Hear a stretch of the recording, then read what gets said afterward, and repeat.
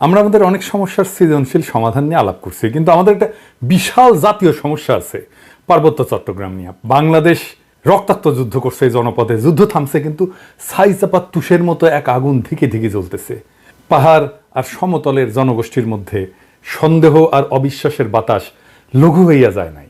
আমি মাঝে মাঝে ভাবি, যারা রাষ্ট্র চালায় তারা কি আদৌ সমস্যাগুলো নিয়ে ভাবেন? কিভাবে এটা সমাধান করা যায় এটা নিয়ে ভাবেন?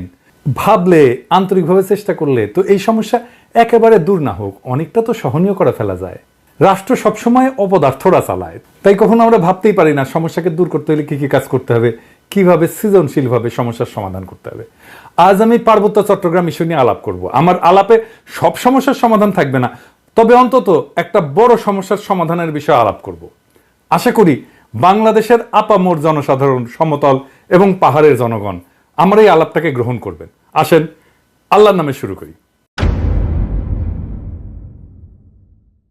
এখন আলাপ হইতেছে আদিবাসী না উপজাতি এই বিষয় নিয়ে। আমি এই আলাপে এখনই ঢুকবো না, একটু টাচ করব আমার এপিসোডের একদম শেষ দিকে। আমার মতে সমস্যার মূলটা এই জায়গায় না, মূলটা মূলত দুইটা জায়গায়, একটা স্থানীয় আর একটা আন্তর্জাতিক।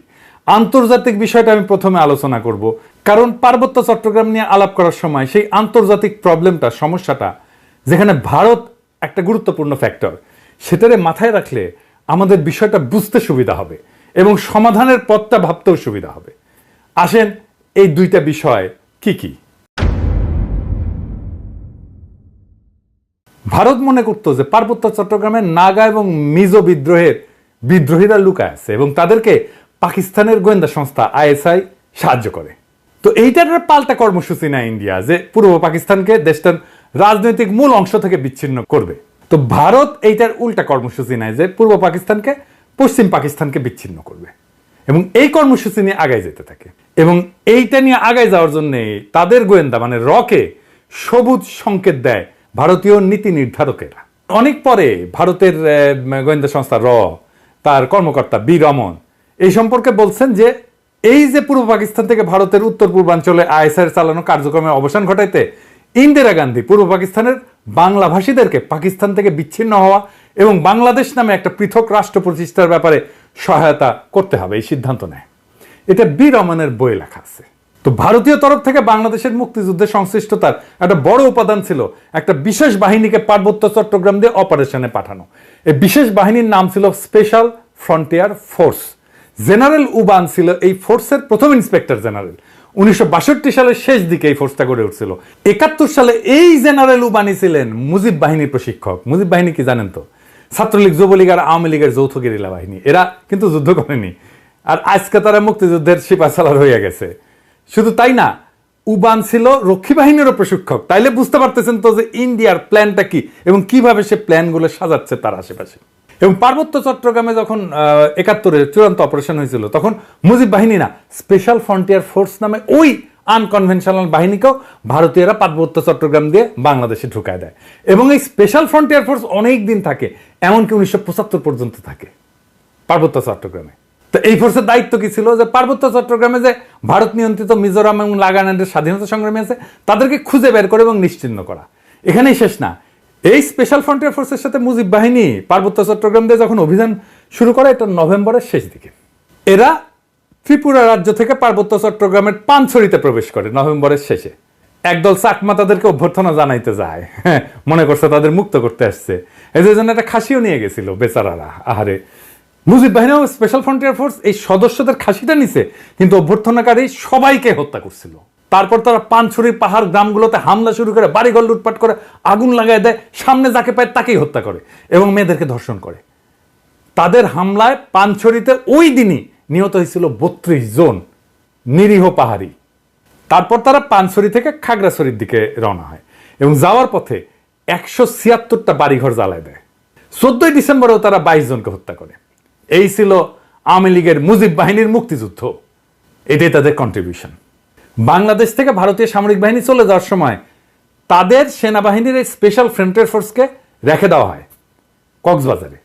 72 সালের জুলাই পর্যন্ত পার্বত্য চট্টগ্রামে অপারেশন চালায়, তারপরে তারা প্রত্যাবর্তন করে। কিন্তু সবাই যে চলে গেছিল তা কিন্তু না, কারণ মুজিব যেদিন জয় বাংলা হয় না 1975-এ, ওই সময় পার্বত্য চট্টগ্রামে অপারেশন চালানো একটা ভারতীয় হেলিকপ্টার বিধ্বস্ত হয় রেকর্ড রে ভাই। মুজিব মূলত পার্বত্য চট্টগ্রামকে ভারতের হাতে তুলে দিছিল। আমি আর সেই ইতিহাসে গেলাম না, কিন্তু এখন পার্বত্য চট্টগ্রাম নিয়ে ইন্ডিয়ার পরিকল্পনাটা কি? ইন্ডিয়ার একটা দুর্বল জায়গা আছে চিকেন নেক, তাই না? আপনারা জানেন, যেটা দখল নিতে পারলে সেভেন সিস্টার জয় বাংলা হয়ে যাবে, আলাদা হয়ে যাবে। ইন্ডিয়া সেটা নিয়ে সবসময় একটা প্যারার মধ্যে থাকে। আমাদেরও একটা উইক জায়গা আছে, সেটা হইতেছে ফেনী, যা আমাদের বাংলাদেশ মূল ভূখণ্ডের সাথে পার্বত্য চট্টগ্রামকে যুক্ত করছে। ওই জায়গা দিয়া পার্বত্য চট্টগ্রামকে যদি আলাদা করে দিতে পারে ইন্ডিয়া, তাইলে চিকেন নেক নিয়ে তার না ভাবলেও চলবে, মুফতে একটা সমুদ্র বন্দর পাওয়া যাবে। তাই সে পার্বত্য চট্টগ্রামের সবসময় বিচ্ছিন্নতাবাদীদেরকে অকাতরে সাপোর্ট দেয়, শান্তি বাহিনীকে সাপোর্ট দিচ্ছে, কুকিজিনদের সাপোর্ট দেয়। তারা জানে পার্বত্য চট্টগ্রাম যদি বিচ্ছিন্ন হয়ে আলাদা রাষ্ট্র হয়ও, তাইলে এই ল্যান্ড লক একটা অতি অল্প জনগোষ্ঠীর ভূখণ্ডের ইন্ডিয়ার উপরে সর্বাংশে নির্ভর করা ছাড়া আর উপায় নাই। আর ওই অংশটা ইন্ডিয়া খাইয়া ফেলতে কোনো সমস্যা হবে না তখন। তবে আমরা এই সমস্যার কথা কম বেশি সবাই জানি, যে দ্বিতীয় যে সমস্যা, যেটার কথা আমরা একেবারেই জানি না, আলাপ করি না, সেই সমস্যাটা কি? আসেন সেটা নিয়ে আলাপ করি। এটা খুবই জটিল এবং কম আলোচিত সমস্যা। এই প্রসঙ্গে আমি আর একটা আলোচনা করে নিই, আপনাদের বুঝতে সুবিধা হবে। হংকং আর চায়না মেনল্যান্ড, এই দুইটা ভূখণ্ড কিন্তু একই দেশের হইলে সিস্টেম আলাদা, অর্থনৈতিক সিস্টেম আলাদা। হংকং অশান্ত না? আপনি একই দেশের দুইটা সিস্টেম করলে সেটা অশান্তির একটা বীজ হয়ে থাকে, যদি খুব ভালোভাবে ম্যানেজ করা না যায়। কারণ দেশ বা রাষ্ট্র একটা শরীরের মতো, এটার একটা রাজনৈতিক অর্থনৈতিক সংহতির দরকার পড়ে। ইকোনমিক সিস্টেম আলাদা হইলে রাজনৈতিক সংহতি রক্ষা করা দূর হয়ে যায়। কেন? মার্কস বলছেন যে রাজনীতি হচ্ছে অর্থনীতির একটা ঘনীভূত রূপ। অর্থনীতি যেমন, সেটাই রাজনীতি হইয়া দেখা দেয়। কথাটা খুবই সত্য কথা। একটা দেশের ইকোনমি যেমন, তার রাজনীতিটাও তেমন। এটা নিয়ে পরে আবার বিস্তারিত আলাপ করা যেতে পারে, কিন্তু আপাতত আজকাল আলাপের জন্য এইটুকু জানলেই চলবে। পার্বত্য চট্টগ্রামের ইকোনমি কি আলাদা? হ্যাঁ, আলাদা। ওদের ইকোনমি ভূমি নির্ভর। ওদের বর্তমান ভূমির মালিকানা ব্যবস্থা খুবই জটিল এবং বহুমুখী একটা কাঠামোর উপর প্রতিষ্ঠিত, যা ঐতিহাসিক, সামাজিক, সাংস্কৃতিক এবং প্রশাসনিক অনেকগুলো কারণের মিশ্রণ। তিনটা স্তরে এদের ভূমি ব্যবস্থাপনা। এক নাম্বার, ঐতিহ্যবাহী ভূমি মালিকানা ব্যবস্থা। এটাই সবচেয়ে বড় ভূমি ব্যবস্থাপনা। আনুমানিক 50 থেকে 60% ভূমি এই ঐতিহ্যবাহী ব্যবস্থাপনার আওতায় পড়ে। কেমন সেটা? এইটা গোষ্ঠীভিত্তিক মালিকানা, কোনো ব্যক্তি মালিকানায় না। পার্বত্য অঞ্চলের প্রধান জনগোষ্ঠী যেমন চাকমা, মারমা, ত্রিপুরা এবং অন্যান্য গোষ্ঠীগুলা তাদের নিজস্ব ঐতিহ্যবাহী ভূমি ব্যবস্থাপনা পদ্ধতি অনুসরণ করে। এই ব্যবস্থায় জমির মালিকানা সাধারণত পরিবার বা গোষ্ঠীর মধ্যে থাকে। এটা একটা মৌখিক ঐতিহ্য, লেখাপড়া কিন্তু নাই, কোনো দলিল নাই। জমি ভোগ, দখল এবং ব্যবহার করার অধিকার আছে, কিন্তু সেটা আইনগতভাবে নথিভুক্ত না। জুম চাষ হয় না পাহাড়ে, এই জুম চাষের জন্য যে ভূমি, সেইটা কিন্তু এই ঐতিহ্যবাহী কৃষি পদ্ধতি এবং এই ভূমি মালিকানায়। এখানে জমি ব্যক্তিগত মালিকানা না, বরং গোষ্ঠীগত মালিকানায় পরিচালিত হয়। 2 নাম্বার মালিকানা হচ্ছে সরকারি ভূমি মালিকানা। সরকার যেটাকে রিজার্ভ বন ঘোষণা করছে, এটা সরকারের মালিকানা। পার্বত্য চট্টগ্রামের একটা বড় অংশ আমরা জানি যে রিজার্ভ ফরেস্ট বা সংরক্ষিত বন হিসাবে ঘোষিত। এই ভূমি বন বিভাগ দিয়ে নিয়ন্ত্রিত এবং চাষাবাদ এবং বসতি স্থাপন এখানে নিষিদ্ধ। তবে আপনারা জানেন যে পার্বত্য চট্টগ্রামের অধিবাসীরা ঐতিহাসিকভাবে বনের মধ্যে চাষাবাদ করে এবং বসতি স্থাপন করে। তো সরকার যদি নিষিদ্ধ করে দেয়, তাহলে তাদের ঐতিহাসিকভাবে চাষাবাদের পদ্ধতি ছিল, সেটা নষ্ট হয়ে যায় না? এটা মাথার মধ্যে নাই ওদের। কিন্তু এটা একেবারে বন্ধ হয়নি। এই সংরক্ষিত বন এলাকায় অনেক বসতি আছে জনগণের এবং ঐতিহ্যগতভাবে এই ভূমি তারা ব্যবহার করে। এইটাও একটা ভূমি বিরোধের অন্যতম কারণ। 3 নম্বর হচ্ছে সরকারি প্রকল্প। কাপ্তাই হ্রদ বাঁধ প্রকল্পের জন্য ব্যাপক ভূমি অধিগ্রহণ করা হয়েছিল, যা স্থানীয় জনগণের ভূমি হারানোর অন্যতম কারণ হয়ে দাঁড়িয়েছে। আমরা এই প্রসঙ্গে সমাধান পর্বে আলাপ করব। আনুমানিক 25 থেকে 30% ভূমি সংরক্ষিত বনাঞ্চলের অধীনে রয়েছে। আর আইনগতভাবে নথিভুক্ত মালিকানা, যেটা আমরা সমতলে দেখি আর কি, জমি রেজিস্ট্রি, দলিল, এটা দেখি না, এইটা পর্সা টর্সা এগুলো দেখি না, পাকা দলিল। কিছু কিছু এলাকায় ব্যক্তি বা গোষ্ঠী তাদের জমির দলিল নথিভুক্ত করে ফেলছে, তবে এটা খুবই সীমিত এবং এইটা সবসময় সমস্যাযুক্ত, কারণ অনেক জমির মালিকানার বিষয়ে সরকারি রেকর্ড স্থানীয় ঐতিহ্যবাহী নিয়মের মধ্যে তো সংঘাত আছে, তাই না? এইটা ধরেন 10%-এর মতো। এই ভূমি ব্যবস্থাপনার মূল সমস্যাটা কি? সমস্যা হচ্ছে যে পার্বত্য জনগোষ্ঠী তাদের এই ঐতিহ্যগত নিয়মে জমি ভোগ দখল করলেও সরকারি আইনে তো স্বীকৃত না এটা। তারপর ধরেন উন্নয়ন প্রকল্প, যেমন কাপ্তাই জল বিদ্যুৎ কেন্দ্র এবং সমতলের অনেক মানুষ আসছে পার্বত্য অঞ্চলে, ফলে স্থানীয় জনগণের জমি হারানোর ঘটনা ঘটছে। আবার আরেকটা জিনিস বললাম যে রিজার্ভ সংরক্ষিত বন এবং কৃষি জমি নিয়ে যে সংঘাত, ওইখানে তারা বসতি স্থাপন করে, ওখানে কৃষি কাজ করে। সমতলের অনেকে বলে যে আমরা কেন পার্বত্য চট্টগ্রামে গিয়ে জমি কিনতে পারবো না, ওরা তো এসে সমতলে জমি কিনতে পারে। সমস্যা বুঝছেন তো? আপনি কার কাছ থেকে জমি কিনবেন? দলিলই তো নাই। দলিল তো মুখে মুখে, মালিকানা তো ব্যক্তির না রে ভাই, মালিকানা সামাজিক, এবং প্রায় 60% জমির মালিকানা এরকম। তো এই বাস্তবতাটা তো বুঝতে হবে। দেখেন এই সমস্যার সমাধান কি? ওয়ান কান্ট্রি টু সিস্টেম ব্যবস্থা আমাদের চালাইতে হবে ততদিন পর্যন্ত যতদিন না ব্যাপক সংখ্যাগরিষ্ঠ পাহাড়িরা এই সিস্টেম বদলানোর জন্য দাবি না করে। আমরা এই ব্যবস্থার জন্য হংকং এর অভিজ্ঞতা, স্কটল্যান্ড, উত্তর আয়ারল্যান্ডের অভিজ্ঞতা কাজে লাগাতে পারি। এইটা করে ঐতিহ্যবাহী ভূমি ব্যবস্থাকে আইনি স্বীকৃতি দিতে পারি এবং পুরো পার্বত্য চট্টগ্রামকে আমরা গ্রিন ইকোনমির আওতায় আনতে পারি। তাহলে আমাদের এই ওয়ান কান্ট্রি টু সিস্টেমটা ভালোভাবে বাস্তবায়ন করা যাবে। অর্থনৈতিক উন্নয়ন আর স্বাতন্ত্র্য 2 লক্ষ্যই অর্জিত হবে। পার্বত্য চট্টগ্রামে ব্যাপক অর্থনৈতিক উন্নয়ন করলে, পাহাড়িদের আয় আর জীবনযাত্রার মান বাড়াইলে বেশিরভাগ সমস্যার সমাধান হয়ে যাবে। আসলে এই গ্রিন ইকোনমিটা কি আর কিভাবে এটা ইমপ্লিমেন্ট করা যায় সেটা দেখি, বাস্তবায়ন করা যায়। গ্রিন ইকোনমি হলে এমন একটা অর্থনৈতিক ব্যবস্থা যা পরিবেশকে রক্ষা করবে, টেকসই উন্নয়নকে প্রাধান্য দেবে এবং এইটাই প্রাকৃতিক সম্পদের সঠিক ব্যবস্থাপনা, পরিবেশ বান্ধব প্রযুক্তি ব্যবহার এবং সবুজ কর্মসংস্থান তৈরির মাধ্যমে অর্থনৈতিক উন্নয়ন এবং পরিবেশ রক্ষার মধ্যে একটা ভারসাম্য আনবে। এবং আমরা পার্বত্য চট্টগ্রামকে যদি একটা সংরক্ষিত এলাকা বলে ঘোষণা দিয়ে গ্রিন ইকোনমির আওতায় নিয়ে আসি, তাহলে অনেকগুলো সুবিধা পাওয়া যাবে। স্বাতন্ত্র্য রক্ষা তো হবেই, পাশাপাশি অর্থনৈতিক উন্নয়ন সম্ভব হবে। সুবিধাগুলো এক এক করে আলোচনা করি। যেমন ধরেন, প্রাকৃতিক সম্পদের সংরক্ষণ করা যাবে। সংরক্ষিত এলাকায় অরণ্য, বন্যপ্রাণী এবং জীববৈচিত্র্য রক্ষার জন্য সঠিক ব্যবস্থাপনা গড়ে তোলা সম্ভব হবে এবং এর ফলে টেকসই একটা বন ব্যবস্থাপনা, যেটাকে সাস্টেনেবল বন ব্যবস্থাপনা বলা হয়, এবং পানি সংরক্ষণ, কার্বন নিঃসরণ হ্রাস করা যাবে এবং পরিবেশ বান্ধব কর্মসংস্থান তৈরি করা যাবে। কিভাবে? ধরেন, ইকো ট্যুরিজম, জৈব চাষাবাদ, প্রাকৃতিক পণ্য উৎপাদন এবং স্থানীয় কারুশিল্পের মাধ্যমে স্থানীয় জনগণের জন্য কর্মসংস্থান সৃষ্টি করা যাবে। পরিবেশ বান্ধব উদ্যোগ নেওয়া যেতে পারে, যেমন সৌরশক্তি প্রকল্প, জৈব প্লাস্টিক উৎপাদন প্রকল্প, এইগুলো তৈরি করা যেতে পারে। এবং যেহেতু আমরা এখানে কার্বন নিঃসরণ কমাবো, তাই আন্তর্জাতিক সহযোগিতা পাওয়া যাবে প্রত্যেকটা প্রকল্পে। শুধু আন্তর্জাতিক সংস্থার সাহায্য, টাকা পয়সায় না, প্রযুক্তিগত সহায়তাও নেওয়া যাবে এবং পরিবেশ বান্ধব ট্যুরিজম গড়ে তোলা যায়। এখন যে ট্যুরিজম আছে এটা পরিবেশ বান্ধব না, এটা আয়ের একটা গুরুত্বপূর্ণ উৎস হতে পারে। আর সামাজিক উন্নয়ন, জনসাধারণের, যেমন ধরেন স্থানীয় জনগণের শিক্ষা, স্বাস্থ্য এবং আর্থিক অবস্থার উন্নতির জন্য প্রকল্প নেওয়া যেতে পারে, যেটা তাদের জীবিকার বিকল্প উৎস হিসেবে কাজ করবে। যারা বনাঞ্চলে কাজ করতেছে, যারা বনাঞ্চলে আবাদ করতেছে বা বাসস্থান করতেছে, তাদের জন্য একটা বিকল্প, একটা কর্মসংস্থানের উৎস আমাদের খুঁজে বের করতে হবে। এবং স্বাতন্ত্র্য রক্ষার জন্য এই প্রত্যেকটা প্রকল্পে স্থানীয় সম্প্রদায়ের অংশগ্রহণ নিশ্চিত করতে হবে। স্থানীয় জনগোষ্ঠীকে সিদ্ধান্ত গ্রহণ এবং ব্যবস্থাপনার অংশীদার করে ফেলতে হবে। তাদের ম্যানেজমেন্টে পার্টিসিপেশন ছাড়া আমরা কোনো কাজ করব না। তাদের সাংস্কৃতিক ঐতিহ্য এবং জীবনযাত্রাকে সম্মান জানায় উন্নয়ন পরিকল্পনা করতে হবে সব সময়। সংরক্ষিত এলাকাকে বিভিন্ন জোনে ভাগ করা যেতে পারে। যেমন ধরেন, কোর জোন, যেটা সম্পূর্ণ সংরক্ষিত এলাকা, যেখানে মানুষের প্রবেশ সীমিত থাকবে। বাফার জোন, যে কিছু নিয়ন্ত্রিত কার্যক্রম, যেখানে ইকো ট্যুরিজমটা চালাবো। আমরা ইকো ট্যুরিজম সব জায়গায় চালাইতে দেবো না এবং এখানে গবেষণাও করব। এবং sustainable use zone, third zone, যেখানে পরিবেশ বান্ধব চাষাবাদ, কারুশিল্প এবং অন্যান্য কার্যক্রম পরিচালনা করা যাবে। এবং একটা কঠোর আইন, পরিবেশ সুরক্ষা আইন লাগবে ওইখানে। সংরক্ষিত এলাকায় বৃক্ষ নিধন, শিকার এবং দূষণ কঠোরভাবে নিষিদ্ধ করতে হবে এবং আইন ভঙ্গ করলে দৃষ্টান্তমূলক শাস্তি ব্যবস্থা করতে হবে। এবং আমরা পুরো সিস্টেমটা ঠিক মতো চলতেছে কিনা এটার জন্য প্রযুক্তির ব্যবহার করব, ড্রোন লাগাবো, স্যাটেলাইট ইমেজ ব্যবহার করব, যে সংরক্ষিত এলাকায় সার্বক্ষণিক আমরা নজরদারি করব যে কেউ আমাদের এই পরিবেশের ক্ষতি করতেছে কিনা।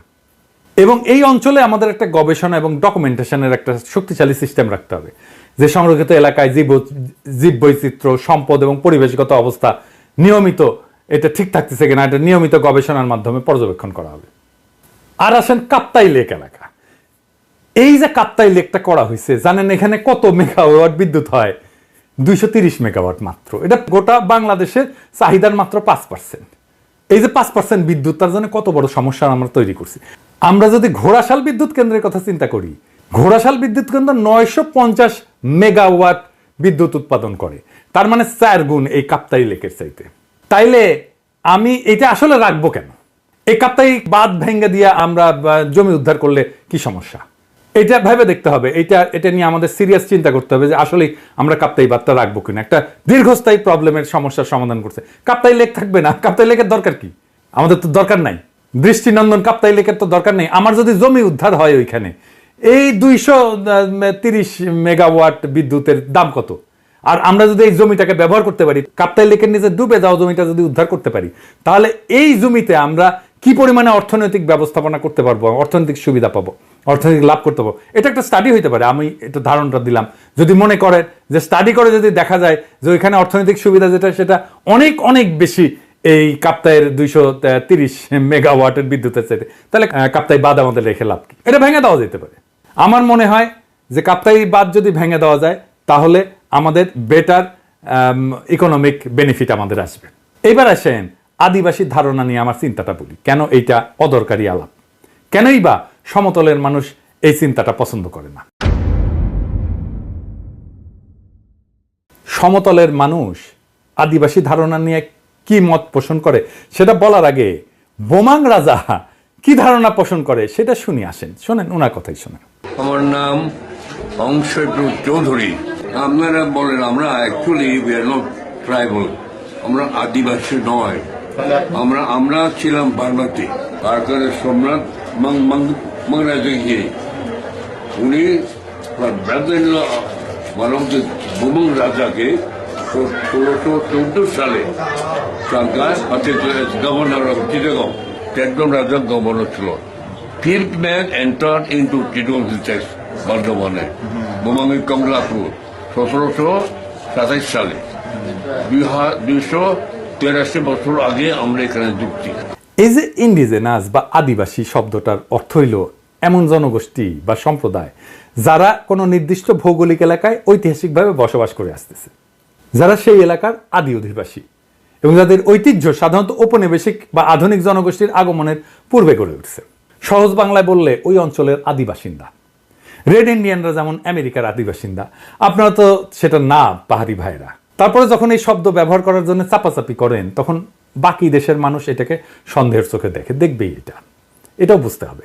তারা জানে আদিবাসীরা যদি দাবি করে যে তাদের মানবাধিকার লঙ্ঘিত হচ্ছে তাহলে আন্তর্জাতিক সম্প্রদায় তাদের আলাদা রাষ্ট্রের দাবিকে সমর্থন জানায়, সেই দাবিকে মেনে নিতে বাধ্য করতে পারে। আর আপনাদের তো জুম্মল্যান্ড সংক্রান্ত দাবি আছেই, আর ইন্ডিয়ার তো ফুসলানো আছেই, তাই না? এবং ইন্ডিয়া তো চায় এটাকে আলাদা করে নিয়ে একটা আলাদা তাদের মধ্যে খেয়ে ফেলতে। তো সন্দেহ তো যৌক্তিক। আপনারা যদি মনে করেন আদিবাসী শব্দটা আপনাদের আলাদা সুবিধা দেবে, আপনি বাংলাদেশ রাষ্ট্রের কাছে চান সেই সুবিধা, তাইলে আলাপ তো করা যেতেই পারে ওইটা নিয়ে। কিন্তু সে আলাপে না যায় যদি বলেন কিছু আকাশে কি সুন্দর চাঁদ উঠিছে, তাহলে হবে। পাহাড়ে সবাই যেমন বিচ্ছিন্নতাবাদী না, এটা যেমন সত্য, তেমন সমতলের সবাই আপনাদের ব্যাপারে ইনসেনসিটিভ বা অসংবেদনশীল না, এটাও তেমন সত্য। তাই আসেন দুই পক্ষকেই বলি, সংঘাত আর অবিশ্বাসের কাল কাটায় আমরা নতুন ইতিহাস গড়ি। হাসিনা বিরোধী লড়াইয়ে পাহাড়ি ভাই বোনেরা আমাদের কাঁধে কাঁধ মিলায় লড়াই করছেন। আমরা এই ঐতিহাসিক ঐক্যকে সাথে নিয়ে আগায় যাই। আমরা এমন এক বাংলাদেশ গড়ে তুলি যার গর্বিত মালিক হবে হিন্দু, মুসলমান, পাহাড়ি, সমতলি, চাকমা, বাঙালি সকলেই। বৈচিত্র্যের মধ্যে আমরা গড়ে তুলব এক মহান ঐক্য, এক নতুন বাংলাদেশে, যে বাংলাদেশের স্বপ্ন দেখেই জুলাই আগস্টের হাজারো শহীদেরা চোখ মুছছিল, শেষ নিদ্রায় গেছিল। আসেন আমরা সেই স্বপ্নকে বাস্তব করে তুলি। ইনকিলাব জিন্দাবাদ।